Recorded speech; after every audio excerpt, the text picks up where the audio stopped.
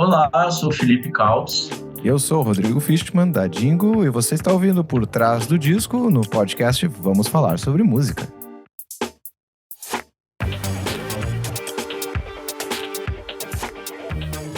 A Vida é uma Granada. Esse é o título do terceiro álbum de estúdio dos gaúchos da Dingo, ex-Jingle Bells. Sequência aos ótimos Maravilhas da Vida Moderna de 2015, Todo Mundo Vai Mudar de 2018, o trabalho produzido durante o período pandêmico destaca a melancolia dos versos e temas existenciais. Aproveitando o lançamento do disco, eu, Kleber Fak e meu amigo Renan Guerra, recebemos os músicos Rodrigo Fishman e Felipe Kautz para uma conversa sobre o processo de criação e as histórias por trás desse disco. Ouve aí. Oi pessoal, eu sou o Kleber Fak. Olá, eu sou o Renan Guerra. E eu tô muito feliz de receber vocês dois aqui para conversar sobre esse disco fantástico, A Vida é uma Granada. Sejam muito bem-vindos. Valeu, pessoal. Muito obrigado. Gente, queria começar perguntando para vocês como que foi esse processo de construção do trabalho, porque, como o próprio nome diz, explodiu uma granada no mundo que virou tudo de cabeça pro ar. Vocês passaram por muitas mudanças que vão desde mudança de nome até perdas, teve nascimento de filho, parente próximo, coisa, tudo mudou nesse período. Como que foi produzir um disco novo da Jingles nesse cenário caótico? Olha, eu acho que assim, fazer esse disco foi um pouco o que salvou a banda e salvou também nosso momento ali de vida. Acho que a gente gravou esse álbum, a gravação mesmo, pré-produção, gravação se deu entre outubro e novembro de 2020, né? A gente fez uma bolha, assim, até tava dando aquela acalmada, assim, né? Tipo, diminuição de casos e tal. E a gente pensou, gente, vamos usar esse período agora, vamos nos reunir, fazer uma bolha de segurança, saudável, com todos testados, ninguém sai, ninguém entra. E a gente vai usar esse período aqui para se isolar, isolados, gravar esse disco. Então esse é o processo de gravação, né? Agora a construção dele já vem de outros momentos. Então tem músicas feitas em 2019, por exemplo. Sim. E tem algumas específicas feitas já em 2020. Um exemplo delas eu fiz em 2020 A Vida é uma Granada. Essa música foi feita já no contexto de uau, né? Tudo está de pernas pro ar. Então ele tem esses dois lados, mas a gente vai construindo uma narrativa que costura as coisas e que dá sentido, né? Porque é uma característica nossa buscar também universalizar algumas coisas, né? Trazer para perto de quem consiga se identificar com aquilo. Mas é isso, acho que se tem uma coisa muito legal desse álbum é que ele foi muito importante para nós como banda e para nós como indivíduos. E eu acho que isso tá dando um fruto legal na galera que tá escutando, tá causando essa emoção, assim, que eu acho que a gente sentiu fazendo ele, sabe? E não é toda vez que uma banda tem essa oportunidade de significar o trabalho dentro da carreira como algo tão importante pra si mesmo, assim, né? Às vezes é só, temos que fazer mais um disco, pessoal, vamos lá. Então ele é bem especial.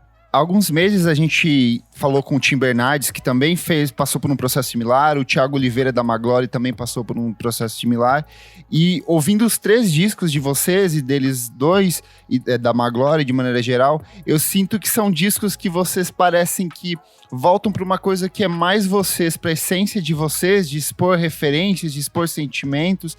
Você sente que isso foi natural, de voltar, por exemplo, eu sinto muito de ecos de Beatles, de Beach Boys, de algumas coisas que parecem muito bandas embrionárias da adolescência. Você sente que de alguma forma isso foi algo que aconteceu com vocês, ou vocês tentaram se afastar disso, mudar, pegar outras direções criativas nesse processo?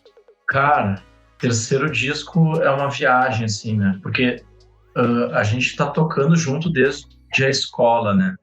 Então, e daí agora teve os 3 discos de 2015 para cá. Então, a gente já não é mais marinheiro de primeira viagem, assim, dentro da nossa própria busca, sabe? Então, eu acho que esse terceiro disco ele já faz sentido, ele costura ainda melhor o primeiro e o segundo. Eu acho que ele é um disco coerente, assim, com a nossa trajetória, sabe? E eu não sei, o lance das referências, eu acho que o tempo vai passando, tu vai ouvindo muita música, tu vai mudando de estilo musical e referências e tal, mas eu acho que sempre tem coisas que vão ficando, né? Que são mais fundamentais, assim, que moldaram mais o teu jeito de ouvir, pensar e fazer música, assim. E eu acho que quando se trata de uma banda que tem uma história, que tem uma estética, que tem uma busca em conjunto, a gente tem que acabar se voltando a essas referências em comum, digamos assim, que são essas que perduram há mais tempo, que é como você falou, o lance dos Beach Boys, dos Beatles, tem bastante coisa de música brasileira também, de Rita Lee, Gilberto Gil, Marina Lima, coisas que, enfim, algumas mais novas e outras que já vêm desde a base de todos, assim, sabe? Então é legal, assim. A gente não tenta emular muito tal arranjo ou tal não sei o quê, mas a gente comenta nomes e meio que daí cada um acaba fazendo a sua busca no seu instrumento para criar algum arranjo com aquelas referências compartilhadas, assim, sabe? Falando nessa questão dos arranjos, esse é um disco que ele é bem cheio de colaboradores, no sentido, tem muita orquestração, tem metal. Como que foi esse processo de construção dos arranjos coletivamente com essas outras pessoas? Queria que você detalhasse um pouco dessa inserção dos metais, dos arranjos de corda que saltam aos ouvidos o tempo inteiro durante a audição, que são muito bonitos. Legal. Isso aí foi... Os arranjos são feitos pelo Fabrício, né? Fabrício da Dingo. Ele escreveu esses arranjos. Alguma coisa que outra a gente até pode ter cantado durante a produção, assim, um lararirari. Mas tem muito mais a ideia dele, assim, e, enfim, arranjos pro Fabrício Camboja, é o que eu posso dizer. Não é a primeira vez, né? Nos outros discos o Fabrício fez os arranjos do naipe de sopro também. E eu acho que é isso, é muito legal, na verdade, essa parte. Nunca tinha parado pra pensar muito, assim, especificamente nisso, mas é interessante como esse lado do Fabrício também, de arranjar naipe e cordas, ele também vem amadurecendo com os discos também, junto, né? E acaba sendo uma coisa que teve a sua evolução dentro da nossa própria discografia, assim, desde o Maravilhas. Então, eu acho que o que foi utilizado ali tá muito, mais uma vez, a serviço da canção, pra trazer mais emoção para determinado momento da música, para ajudar a trazer, enfim, maciez, beleza, ou chamar atenção para alguma coisa.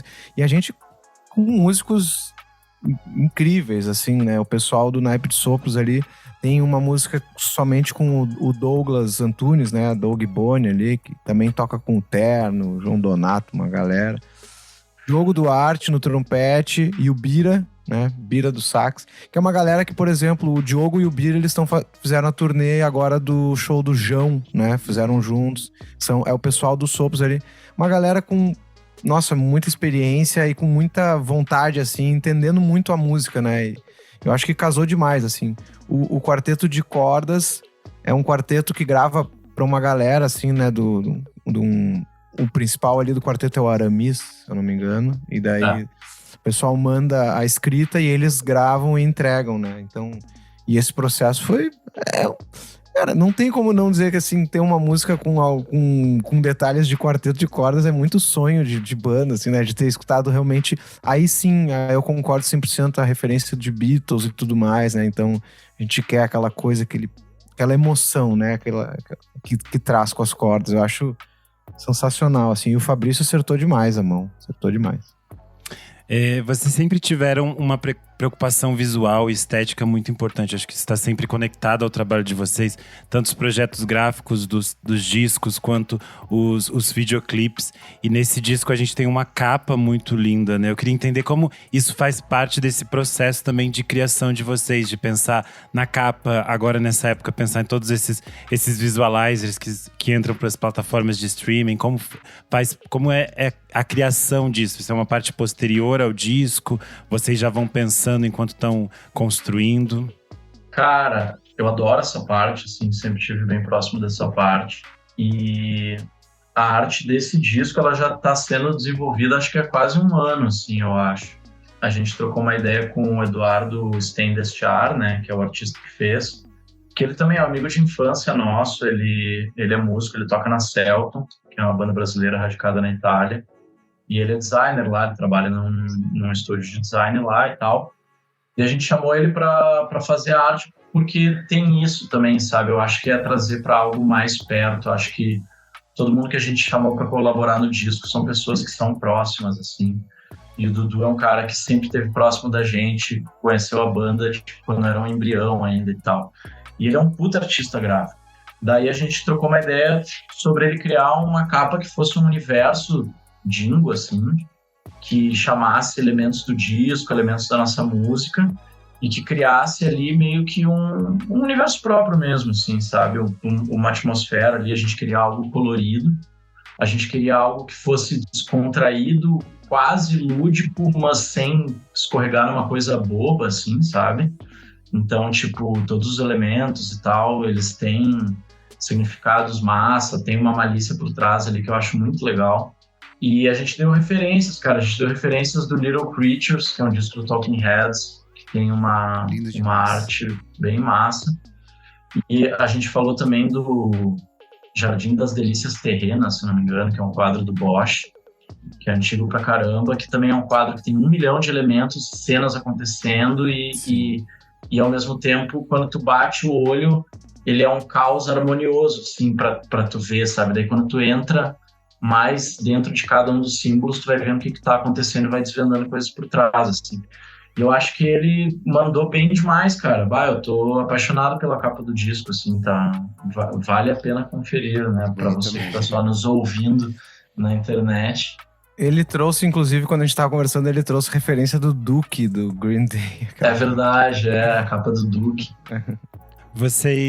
Eu acho curioso que vocês falam das coisas, aí vocês falam 1 ano de trabalho, 2 anos pra produzir o disco. E eu sou uma pessoa muito ansiosa, eu fico curioso se vocês não ficaram ansiosos pra lançar as coisas, porque quando eu tava ouvindo o disco, eu fiquei pensando, meu Deus, só tinha 2 discos antes da Jingle, parecia que eu tinha uma vida com eles, e aí são 2 discos, esse é o terceiro, assim, mas vocês estão há tanto tempo. Aí vocês não ficam morrendo de vontade de mostrar logo pras pessoas? Cara, eu acho que sim. Com certeza, né? Muita vontade, muita ansiedade também. Mas ao mesmo tempo, eu acho que a gente trabalha com uma ideia de que, enfim, a gente pensa numa carreira assim como uma coisa longa, né?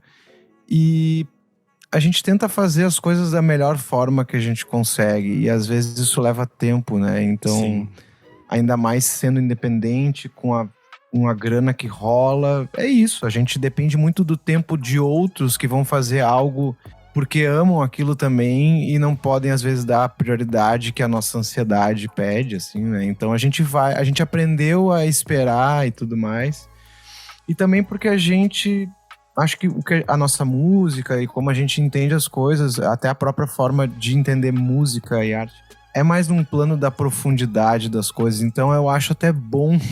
Eu fico feliz de ouvir que com 2 discos a gente consegue fazer parte da vida de alguém. É porque aquilo é profundo a ponto de conseguir fazer parte por um tempo. E isso eu acho muito legal. Então, isso diminui a minha ansiedade, por exemplo. Quando a gente algo desse. Quer dizer que, enfim, né? Tá tudo certo, galera. Vamos lá, a gente tem que lidar com essas coisas. Mas, definitivamente, para o que é mais comum, assim, né, de discografia de banda e tal, a gente tem pouca coisa lançada, apesar de que a banda já existe há muito tempo. Sim. E a gente existe há muito tempo sem ter lançado nada. A gente ficou, sei lá, 6 anos, sei lá quanto tempo, só tô fazendo um show com quase 10 anos com um EP de 6 músicas que a gente nem toca, não tem nada a ver, mais que era um outro momento da banda, assim, e a gente fazia aquilo e seguia, e aí o disco. Então, Maravilha, ele só chegou em 2015 e a banda já tinha muito tempo, assim. Sim. Por isso também eu acho que essa criação desse universo em relação aos álbuns, assim, e as músicas, o imagético, né? Trazer um grande universo que possa ser digerido aos poucos, e a gente vai vendo que as camadas, o nosso público, ele gosta das camadas, né? Sim. Ele gosta de ser a música favorita dele e depois ele entende outra coisa sobre aquela música, e quando vê a outra música que vem depois, tá uma resposta, e ele criou toda uma relação com o álbum, sabe? E ele demora, e essas coisas demoram, né? Se a gente pega o tempo pra escutar um disco de vinil, ele te obriga a sentar na frente do aparelho e parar e ouvir. né? Então, a Dingo, ela tem um pouco essa lógica que é meio assim, a gente fala das referências dos anos 70 e esse nosso pé tá lá. É uma relação de uma experiência de ritualística com a música. De imersão, né? Exato. Sim. Perfeito. Vamos pro faixa a faixa, então? Agora é chão. O que era certo agora é ilusão. Se vier um trem na nossa direção, abra os olhos e segura. O disco, vocês têm como característica em todos os trabalhos de vocês de fazerem músicas de abertura que são espetaculares. Então, quando a gente já chega nesse disco, a gente já vem com uma coisa de revirar a cabeça. Eu queria entender como que foi o processo de produção de A Vida é uma Granada e por que vocês escolheram ela justamente como música de abertura. E que música, hein?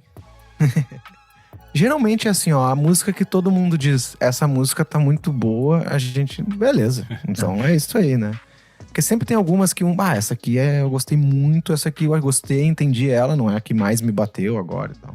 Essa aí foi meio legal, galera. Temos uma música muito bacana aqui, né?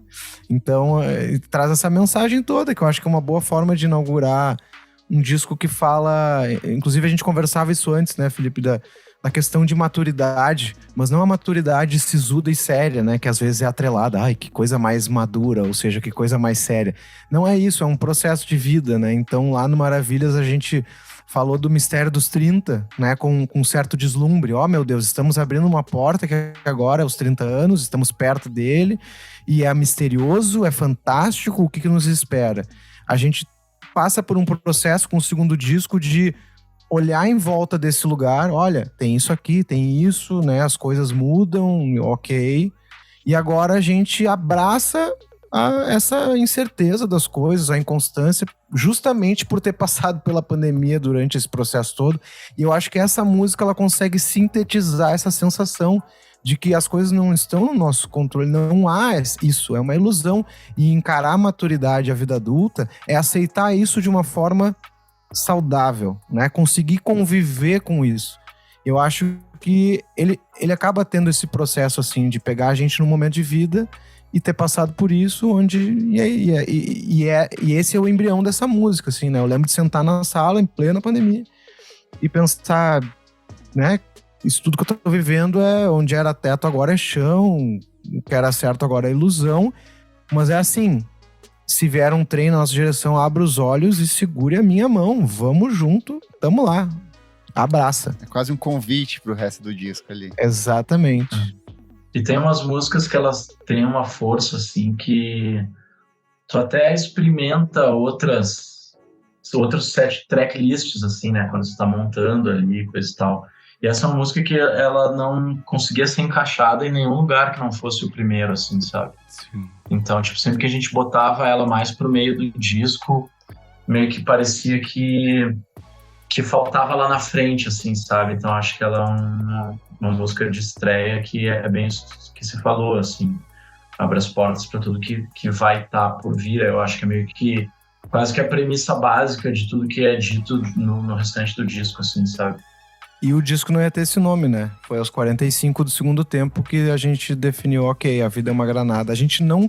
Inicialmente a gente não queria ter uma frase assim que, bom, isso é uma frase que propõe algo assim, né?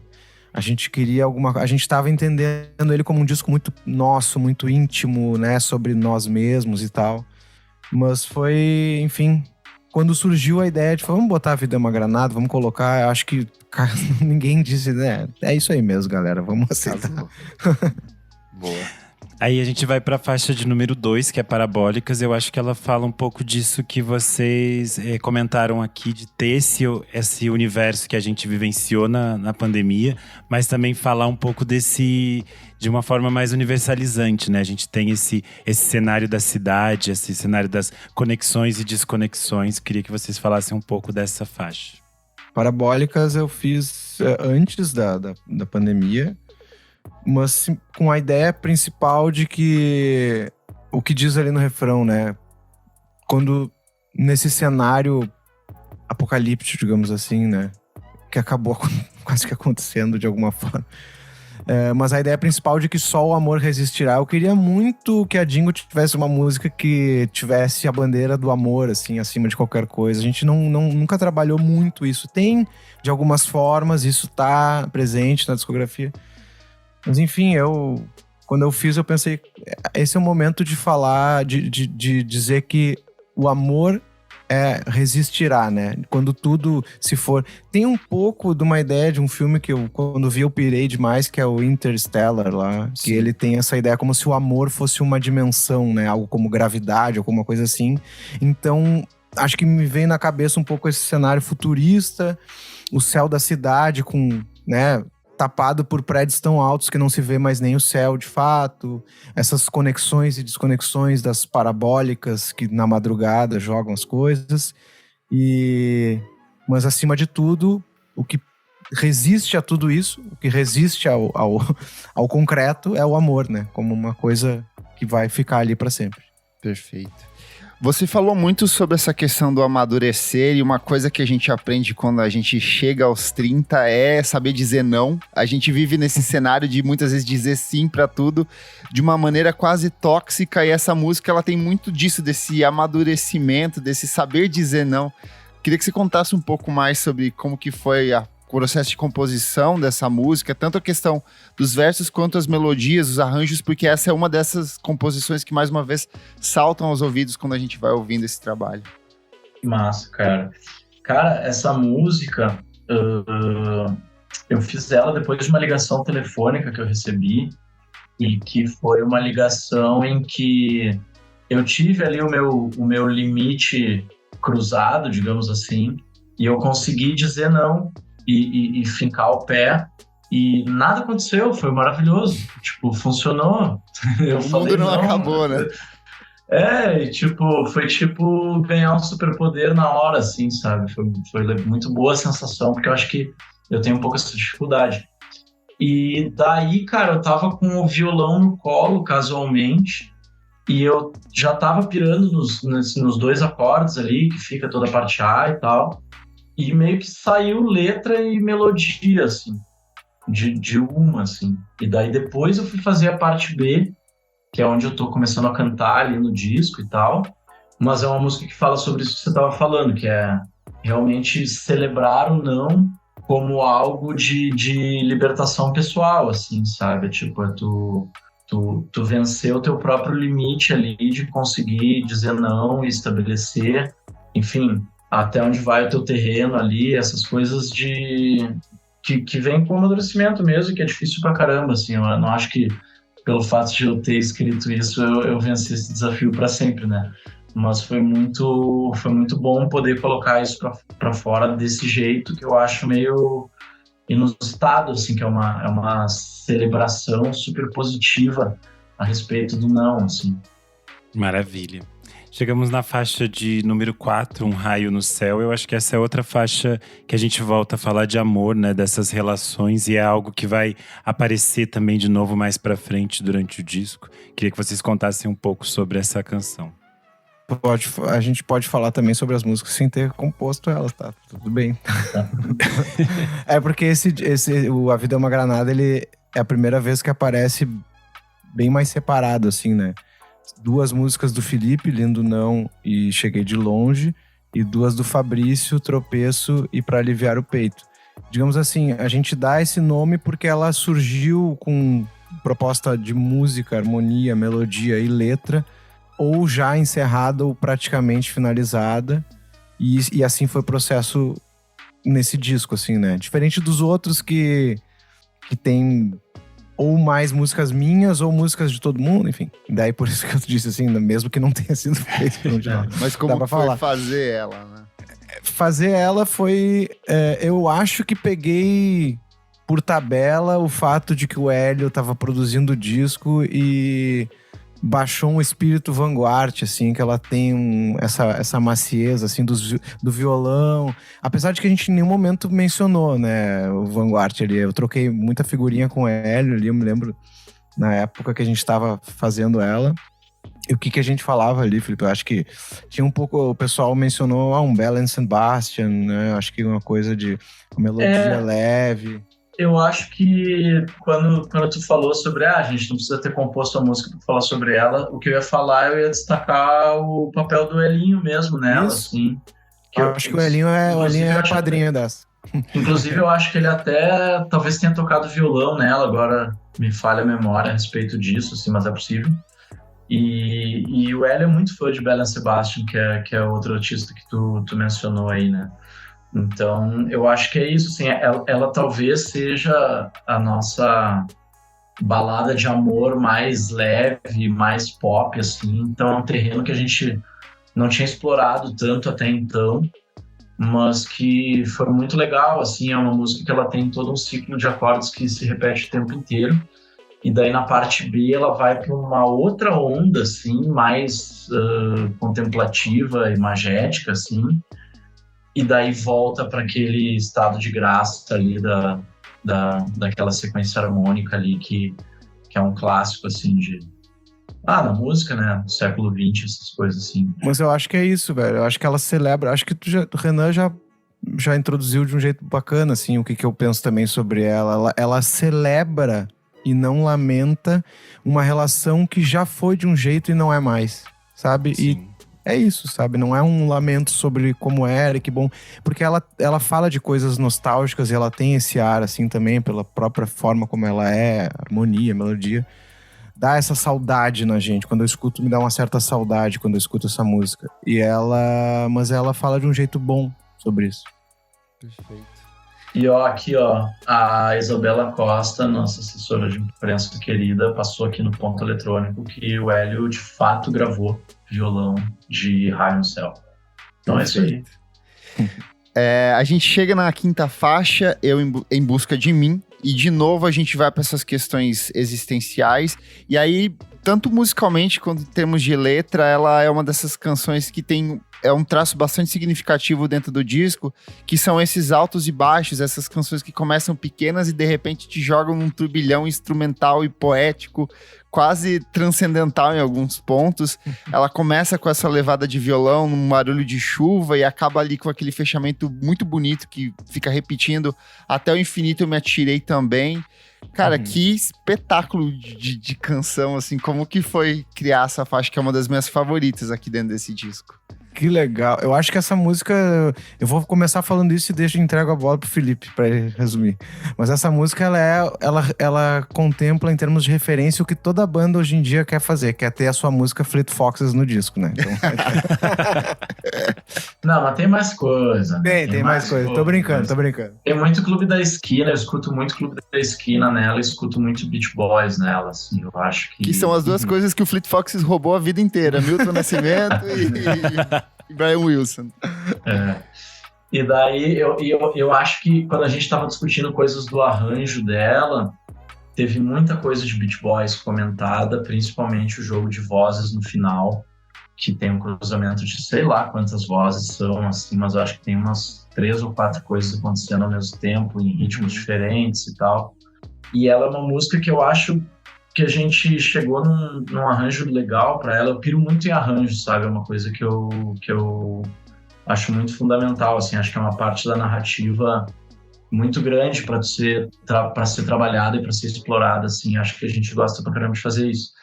E essa música, ela começa de um jeito mais singelo, né? Tá chovendo, é uma viola, tá falando sobre ter acordado, só que ao mesmo tempo que tu tem uma frase de violão aguda e brilhante e harmoniosa, ela é também um pouquinho inquieta, né?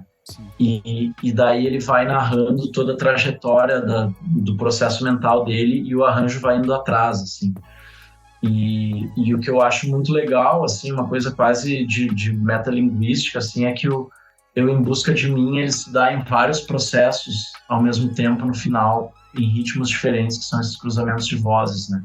Que eu acho que o processo de busca por si mesmo, ele tem um pouco disso, assim, sabe? Ele não é uma trajetória que tu tá ali parado só num ponto e tá vendo as coisas de uma maneira única, assim, né? Tu tá sempre meio que tentando olhar as coisas por outro lado, e quando tu vê a pessoa que tu era, tu já não é mais, então a tua própria perspectiva sobre as coisas vai mudando, assim. Então acho que ter conseguido colocar isso dentro do arranjo do som, eu acho que é uma coisa massa, assim, sabe?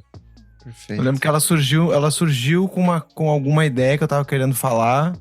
E depois, acho que tendo conversas com o Fabrício um pouco, algumas coisas, eu lembro de ter encaminhado ela para um lado assim. Eu vou falar um pouco sobre o Fabrício, né? Eu me lembro de ter pensado assim, como um cara que se joga na vida, assim, essa coisa de... Ele tava no momento muito falando sobre isso e conversando bastante sobre isso. Então, essa coisa de... tô solto no espaço, se atirar, né? O brilho da lua e tal, o corpo no mundo, enfim. E eu lembro bem de ter na minha cabeça, já escutava essa sobreposição final de palmas, que algumas fazem tchá, tchá, tchá, e outras fazem só tchá, marcando bem o tempo, e as vozes que vão se somando, e como o Felipe falou, eu em busca de mim, eu em busca de mim, e junto tem o é tudo junto em tempos diferentes, somado, e dá um grande balé. Pô, espetáculo. Maravilha. A gente chega então em Doce Delírio, que foi a faixa que foi lançada como primeiro single, tem um clipe maravilhoso, e eu acho que é talvez esse momento super pop, assim, do disco, conversa com essas coisas de música. Que vocês falaram de algumas referências, eu acho que tem esses ecos da Marina Lima mesmo dos anos 80, tem essas coisas bem... que chamam a gente, é um refrão que fica na cabeça, assim. Queria que vocês falassem um pouco tanto sobre a canção quanto sobre o vídeo. Cara, o vídeo foi uma criação das meninas da Mescal Studio. Assim como os visualizers, né? Elas fizeram os visualizers do disco inteiro e criaram ali alguns vídeos que dialogam entre si, assim, conseguiram montar um disco inteiro com essa dimensão visual, assim, e foi muito legal. O roteiro delas também fazem alusão ali ao ET, né? Que é essa coisa mais nostálgica, de uma época perdida e de realização de sonhos também, enfim, encontrar ali, né, uma coisa diferente no meio de tudo que está rolando, assim. E essa é uma das músicas mais divertidas de tocar, é uma das músicas que o arranjo talvez mais tenha dado trabalho, porque ela tem essa coisa da canção pop, de um arranjo mais, talvez, dos anos 70, 80, assim. Cara, lembra muito Lincoln Olivetti em alguns momentos ali, essas canções pode crer, pop pegajosas, radiofônicas, sabe? Meio Lulu Santos, assim. Total. Obrigado, pessoal. Vocês estão deixando muito feliz. Falando eu falei pro Felipe... Eu lembro de ter chegado na sessão de gravação da pré ainda, eu tava ouvindo assim, eu falei, cara, a batera, eu imagino ela assim, ó.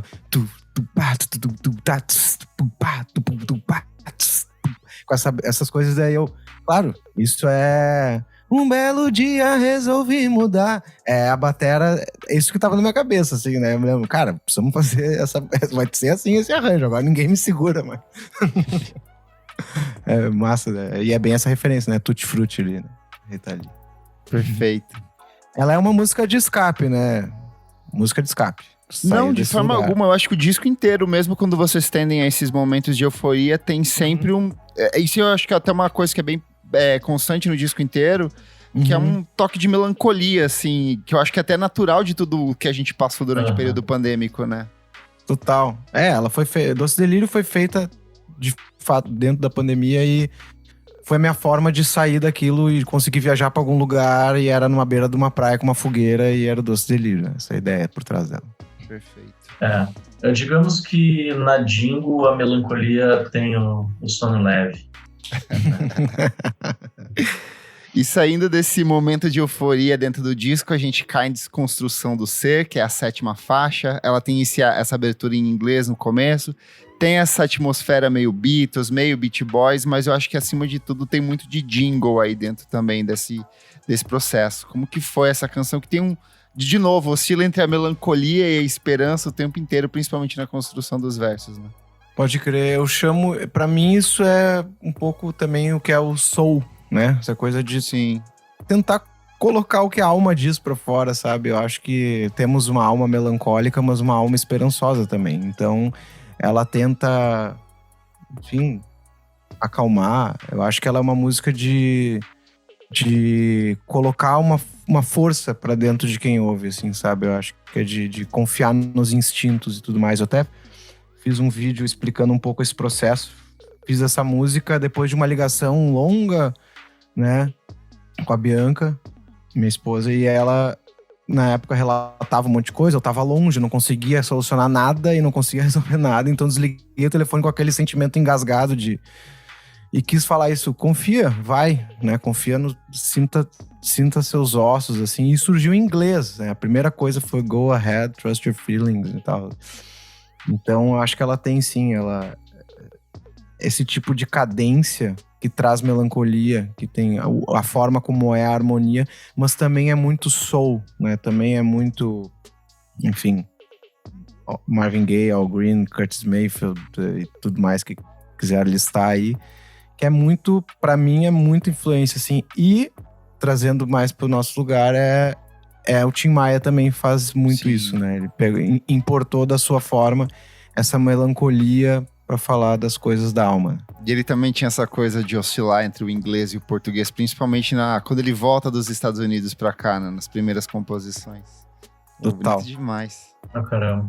Eu acho que tem o lance do arranjo desse som que eu gosto bastante, assim, é uma música, acho que quase toda ao vivo, assim, né? Uma música bem, bem orgânica, assim, na sua execução. É uma música de groove, então é uma música que teve bastante improviso. E acho que vale ressaltar umas coisas também de neo soul, que a gente gosta muito. Uhum. E que eu ouvi bastante, assim, tipo D'Angelo, Total. os Erykah Badu, os Lauryn Hill, que é essa galera que bebe dessa fonte da soul music, Otis Redding e coisa e tal, anos 60, mas com essa já modernizada e essa puxada de bola mais pro campo do hip hop, do beat, assim. Eu acho que é uma referência que talvez seja mais difícil das pessoas pescarem, porque talvez pareça mais inusitada, assim, mas é algo que a gente super conversou e levou em consideração, assim, esse tipo de sonoridade que a gente gosta bastante também. Maravilha.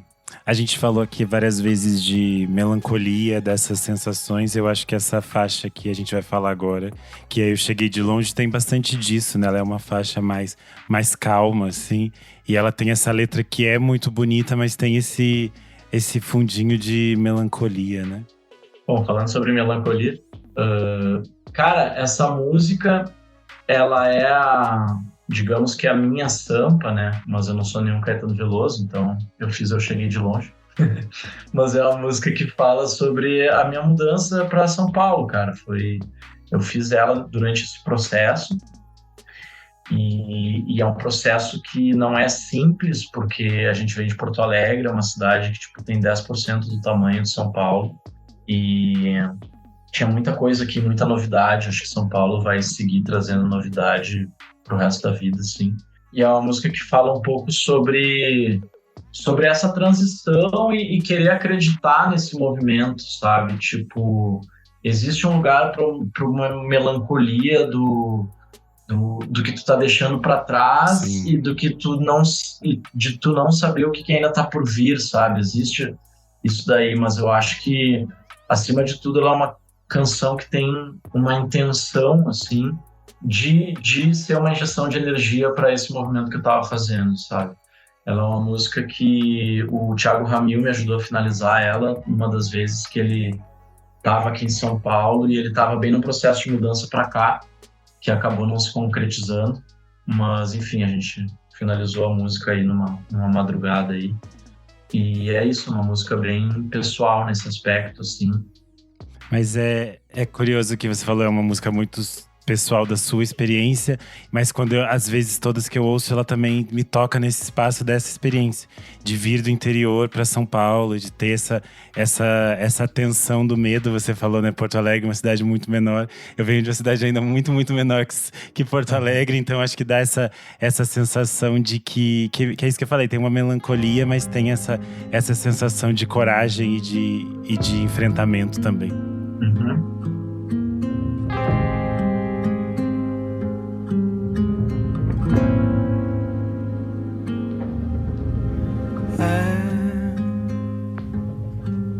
Parece sei que a letra de Tropeço, ela oscila entre esse fim e recomeço, assim, mas... Puta merda, cara, que canção que quebra a gente no meio. A gente passa, eu acho que o tempo inteiro durante o disco você tem esses momentos de alegria e tristeza controlada, mas quando chega aqui, assim, é tudo tão bem trabalhado, tão doloroso, é uma coisa que toca tanto, mesmo sendo esperançoso. Como que foi conceber essa composição e como que foi trazer a Paola pra cantar junto com vocês dentro dessa faixa também? Essa música o Fabrício nos apresentou e foi quase unânime, assim, todo mundo falou, cara, que música linda, assim, né? Sim. Que composição linda. Essa e Pra Aliviar o Peito, depois a gente conversa. É que o Fabrício é um compositor muito bom, assim, ele é um cara que traz muita riqueza na forma como ele compõe, ele tem muita jogada de harmônica interessante que acontece. E ele passou por, acho que ele trouxe uma coisa muito verdadeira dele, de uma questão de relacionamento, assim, da forma como ele enxergou e consegue transparecer muito essa verdade, assim, no som. A forma como ele interpretou tudo o que aconteceu. E ela tocou demais, assim, a gente falou... Essa é aquela música que seria tema de personagem de novela, que quando, né, aquela coisa, assim, que toca toda hora que aparece. Sim. Enfim... Eu acho ela muito, muito bonita, assim. E a Paola, justamente pelo fato dela ter essa estrutura, que ela faz uma volta e depois repete a música, a gente pensou, cara, aqui é um espaço maravilhoso para algo que seria muito interessante, que é trazer um outro lado de alguém que tá ali junto, né? Então, independente de quem seja, mas é uma outra voz lírica, né? Digamos assim. E a Paola representou isso porque ela é uma das cantoras mais impressionantes que a gente já escutou atualmente, assim, ela é realmente, a gente adora a Paola, é uma querida, tá super envolvida lá na Pedra Redonda, que é o estúdio que a gente gravou e tal, é muito próxima, já tinha participado de shows nossos, né, cantou músicas em show, e essa afinidade estava ali pronta para ser registrada, né, eu acho que foi uma grande oportunidade para isso, eu acho que ela fez essa música ganhar algo que ela não teria, assim, eu acho que essa música pra mim é muito da Paola, assim. Por mais que ela não fez a composição, ela trouxe o espírito ali e, pra mim, ganhou. Me lembrou até algumas coisas quando o Marcelo Genesi trabalhava junto com a Laura Olivieri, aquelas canções mais singelas, mais sutis, assim, de ter essa combinação das duas vozes, sabe? Foi uma coisa que me emocionou muito ouvindo essa música. Que massa. Que massa. Que na interpretação dela tu falou que é uma música que quando toca ela pega, assim, foi uma intenção, inclusive, trazer o máximo na interpretação vocal, assim, essa mesmo de estar ali no estúdio, pessoal, cara, traz uma voz mais destruída que tu conseguir, né? E Sim. eu tenho essa questão da voz, de colocar ela e de cuidado estético, técnico, papapá, que eu vou ali, me preocupo com essas coisas, e ali essa música que ela é pra entregar algo, assim, essa pessoa, ela sentou no sofá e ela tá destruída nesse momento, e ela precisa cantar o que ela sente agora. Perfeito. Maravilha. Muito bom. A gente falou da Paola, a Paola Kirsi. Para quem tá nos ouvindo e não conhece o trabalho dela, acho que vale procurar o álbum Costuras que Me Bordam, Marcas na Pele. É um trabalho muito, muito bonito e vale ser reconhecido. E a gente vai chegando já pro final do disco, né? Com a faixa Vamos Rir de Nós. Eu acho que ela já vai encaminhando esse fechamento, assim. Porque eu acho que o disco é bem redondinho, como se ele nos contasse uma história, assim. Como se a gente estivesse passeando por ela. E eu acho que essa vai abrindo os caminhos pra fechar, assim, esse encerramento bonito. Queria que vocês falassem um pouco sobre ela. Cara, essa música, pra mim, ela é uma paulada, assim. Eu acho ela uma das músicas mais bem resolvidas do disco, assim, em termos da composição junto com o arranjo que a gente criou e a interpretação e coisa e tal. Eu me lembro que eu cheguei um dia na casa do Rodrigo e ele tava já com o esqueleto dela e eu falei, desgraçado, velho. Aí eu, tá, né? E daí eu me lembro que a gente escreveu algumas coisas juntos, eu tava com gasolina para esse tema aí, rolando na minha vida. Isso já na tua casa, daí. A estrofe que diz são caminhos... Que encontram nossos pés, desejos que separam nossas mãos. Exatamente. Essa parte aí a gente fez junto na tua casa. Isso eu lembro. E E, é uma puta composição dele, assim, eu fiquei bem embasbacado quando eu ouvi, foi muito massa poder contribuir um pouco, assim. E ela tem uma coisa... Eu pensei muito em Radiohead, assim, com relação à sonoridade e arranjo de algumas coisas, assim, sabe? Então ela tem umas coisas meio eletrônicas, ela tem algumas ambientações que trazem esse lance da solidão, da melancolia e tal. Gosto muito de como a batera entra marcando o aro só, e só depois lá na frente que entra a batera com a levada. Então essa música me bate forte, porque eu acho que a gente acertou a mão, assim, em vestir aquela composição com aquele arranjo, assim, sabe? A inspiração indireta pra ela é porque eu tava num período escutando bastante um disco da Marina Lima, e tem uma música que, uma delas, né, que fala: eu não sei dançar tão devagar pra te acompanhar. E daí tem algum ar disso, assim, né? Que essa coisa da harmonia, essa melodia. A Marina Lima é super melancólica também. E é um melancólico dançante que dialoga com o Lulu Santos, que também tem um melancólico dançante, que a gente, acho que, sintonizou nessa rádio aí pra fazer algumas coisas. Renanzinho é fã dela aí. Eu sou muito fã. Eu gravei, inclusive, um programa especial sobre esse álbum, que é o Marina Lima, junto com a Letrux. Então Uau. é bem legal. Demais. Se a gente tem alguma coisa nunca dita, nem tudo vai tão mal. Se a gente fala pra aliviar o peito, a gente canta que o mundo é perfeito, a gente chora pra sorrir. Não fica. Depois desse turbilhão emocional aí nesse disco todo, a gente finaliza com Pra Aliviar o Peito, que é outra composição que, de certa forma, meio que condensa todos esses elementos. Ela começa pequena, cresce, explode aí no final. Por que vocês escolheram ela? Foi natural? Foi uma dessas que vocês falaram, essa aqui tem que ser pro fechamento mesmo? E como que foi a concepção dessa faixa também?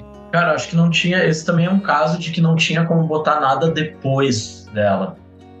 Ela é muito grande no final, né? É, porque ela tem essa coisa meio mântrica da frase que fica se repetindo no final, e a instrumentação fica gigantesca, gigantesca, gigantesca, e daí tu faz o que depois disso, assim? Né? Tu termina o disco e começa a pensar no quarto, assim, né?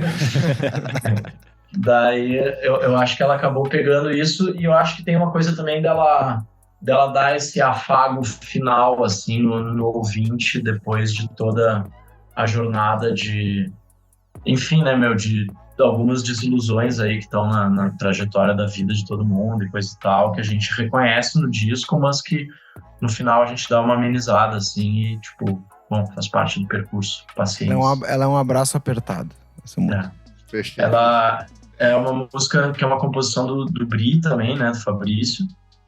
E ela fala um pouco sobre mim e sobre o Rodrigo também. E o disco tem essa característica, ele é super íntimo, assim, sabe? Então, é legal. O que eu acho legal, que é uma coisa que a gente conseguiu fazer nesse disco, que eu acho que nos outros, talvez não da mesma forma, pelo menos, é que a gente conseguiu ser mais íntimo e mais específico. E às vezes, quando tu faz isso, se tu dá muita sorte, tu consegue acertar em algo um pouco mais universal.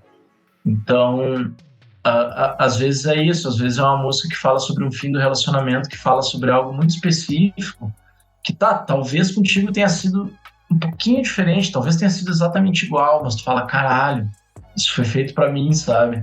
Só que é isso, a gente é humano há muito tempo e se apaixona, e se separa e tem filho, e a gente morre há muito tempo. Então, é legal poder explorar esses diferentes aspectos da vida, assim, de diferentes formas e conseguir atingir mais gente, sabe? E eu acho que a mensagem dessa música, ela tem um pouco desse universalismo da coisa, assim, de tu botar na balança exatamente o que diz ali, né? Não fica tudo bem, tudo vai tão mal. Perfeito. Gente, para fechar uma tarefa difícil que a gente sempre lança para os artistas, eu peço para que vocês escolham cada um ou uma única canção que representa esse disco pra vocês, a sua favorita, ou que vocês acham que, putz, ouça essa aqui é a grande faixa do disco. Uau. Então, pra mim, A Vida é uma Granada. E eu escolho ela porque eu gostei muito do resultado dela. Acho que ela não tá tão diferente de como eu imaginei ela também. Assim, acho que a gente conseguiu sintonizar bem nela. E eu esqueci de falar isso em relação a essa música. A primeira coisa quando eu mandei no grupo, acho que foi o Felipe que falou. Cara, essa música me lembrou muito Gal Costa. A forma da melodia, como... Quando você... Essa coisa esse agudo, assim, né? Então, agora, mais do que nunca, ela ganhou mais esse significado da gente não ter mais a Gal e, enfim, pra mim, essa música aí. O Rodrigo dificultou a coisa pra mim agora. Mas, cara, deixa eu pensar. Eu acho que eu vou botar Eu em Busca de Mim. Talvez porque o nosso papo sobre ela tenha feito eu retomar todo o carinho que eu realmente tenho por ela. Assim, acho que é uma música que a letra é muito massa e a construção do arranjo é muito legal. E eu acho que eu sempre quis, quando eu era um pirralho e eu via, sei lá, Beach Boys com 14 anos de idade, assim, eu sempre quis criar alguma coisa que fosse esse carrossel infinito de sonoridades que te transportam para outro lugar, assim. E eu acho que a gente conseguiu fazer isso com esse som. Então vou botar ela dessa vez. Legal tu mencionar ela, porque ela foi uma das músicas que eu acho que mais todos nós colocamos a mão na composição dela. Tem um pouco da letra de um pouco de uma parte B que foi uma ideia de um outro, assim. Foi um processo bem dingo. Que legal. Gente, muito obrigado pelo papo, foi muito bom conversar com vocês. Quero sentar no recreio junto com vocês para ouvir os discos com vocês, porque são as mesmas coisas que a gente ouve e compartilha aqui também. Que legal. Queria deixar esse espaço para vocês deixarem redes sociais, onde as pessoas encontram o trabalho de vocês, o que vem aí de turnê para divulgar esse disco também. Maravilha, pessoal, muito obrigado, isso foi muito legal, é realmente maravilhoso a gente poder falar em mais profundidade sobre as próprias músicas. Eu acho que já no início vocês dão esse disclaimer, eu vou repetir ele. A música é de quem escuta, né? A obra a gente fez, mas deem o significado e a interpretação que quiserem depois de escutar, ela é de vocês. Mas muito legal falar sobre o que nos inspirou, o que nos inspira. Agora a gente se chama Dingo, né? Somente Dingo. Então pode encontrar no Twitter @Dingo sem Bells. É assim que estamos. @Instadingo, @Facedingo, para quem ainda insiste em usar o Facebook. Que mais? Estamos até no TikTok também, nos esforçando lá. Mas daqui a pouco a gente dá mais atenção para ele. Enfim, pessoal, a gente quer muito ver vocês nos shows. Tem show de lançamento, não sei quando vai ao ar isso aqui, se já foi. Obrigado por terem ido, se não, espero que vocês vão lá, mas dia 25 de novembro no Cine Joia, dia 26 de novembro no Opinião.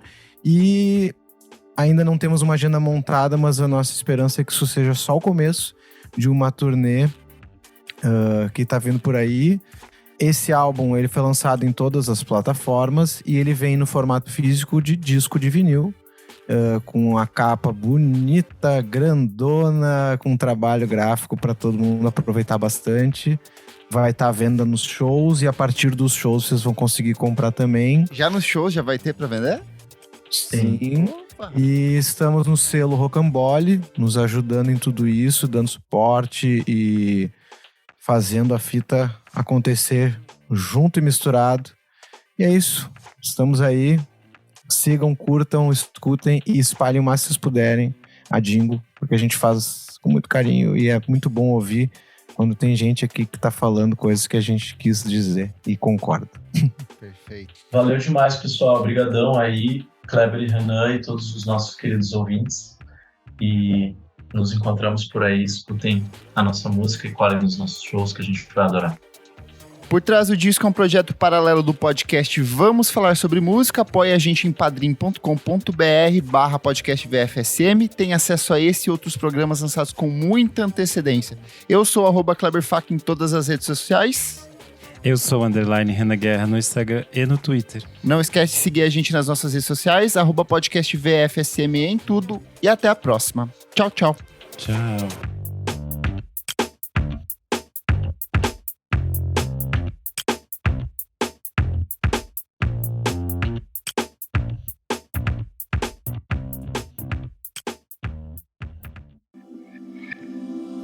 Esse podcast foi editado por Nick Silva.